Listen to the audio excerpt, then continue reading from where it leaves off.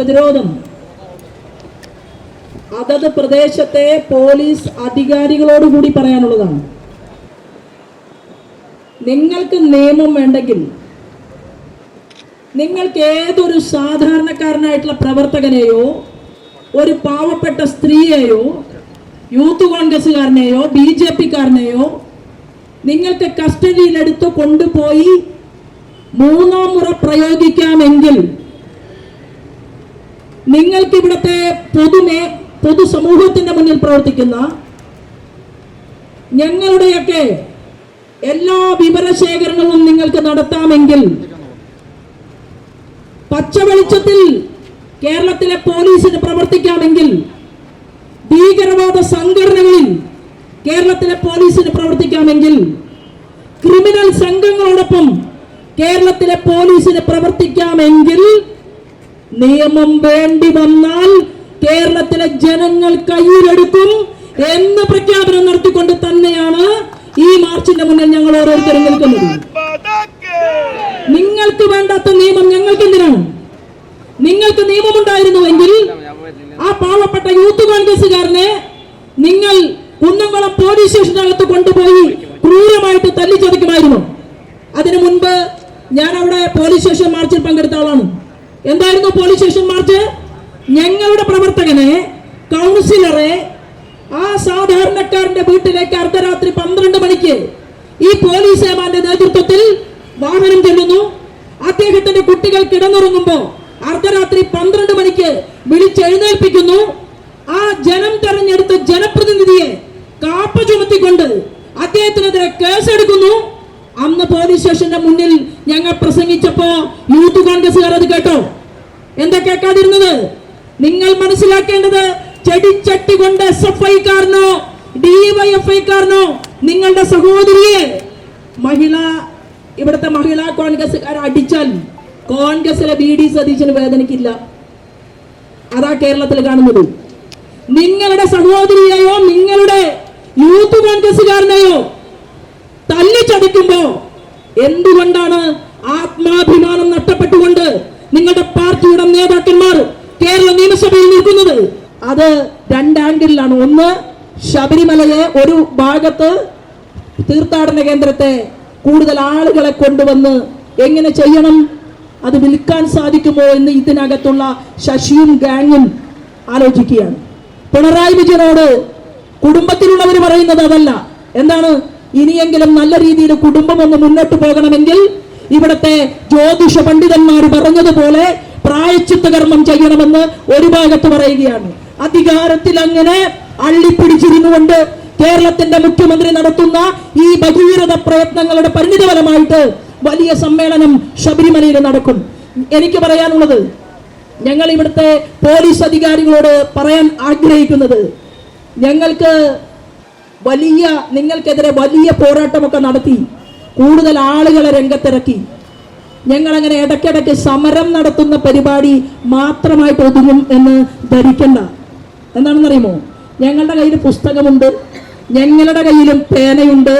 നിങ്ങളിൽ പലരുടെയും ജീവചരിത്രം എഴുതി സൂക്ഷിക്കാൻ ഇവിടുത്തെ ഭാരതീയ ജനതാ പാർട്ടിക്ക് ശക്തിയുണ്ട്, കഴിവുണ്ട്. സേനയ്ക്കകത്ത് 10,000-ലധികം വരുന്ന റിക്രൂട്ട്മെന്റുകൾ നടന്നു. നമ്മളാരും വലിയ രീതിയിൽ അറിഞ്ഞില്ല. ആ 10,000-ലധികം വരുന്ന റിക്രൂട്ട്മെന്റുകളിൽ ആകെ 60,000 പേരല്ലേ ഉള്ളൂ കേരള പോലീസിൽ. 60,000 പേരുള്ള കേരള പോലീസിന് 3.5 കോടി ജനങ്ങളെ നിയന്ത്രിക്കാൻ സാധിക്കുന്നത് എന്തുകൊണ്ടാണ്? ഞാൻ ഇങ്ങനെ നോക്കുകയായിരുന്നു, എന്താണ് കേരള പോലീസിനെ കുറിച്ചുള്ള അവർക്കുള്ള വിജയമന്ത്രം. എന്താ എഴുതി വെച്ചിരിക്കുന്നത്? അതിങ്ങനെയാണ്: മൃദുഭാവേ ധൃതകൃത്യേ. ഇതാണ് പോലീസിന്റെ മുദ്രാവാക്യം. അതായത് മൃദു സ്വഭാവം, ഉറച്ച പ്രവർത്തനം. അതാണ് പോലീസിന്റെ മുദ്രാവാക്യം. നമ്മുടെ നാട്ടിൽ, നമ്മുടെ രാജ്യത്ത് ഓരോരുത്തർക്കും ഓരോ മുദ്രാവാക്യങ്ങളുണ്ട്. ആ നീതിക്കനുസരിച്ചാണ്, ഭരണഘടനയ്ക്കനുസരിച്ചാണ് പോലീസ് അധികാരികൾ മുന്നോട്ട് പോകേണ്ടത്. മൃദുഭാവേ ധൃതകൃത്യേ.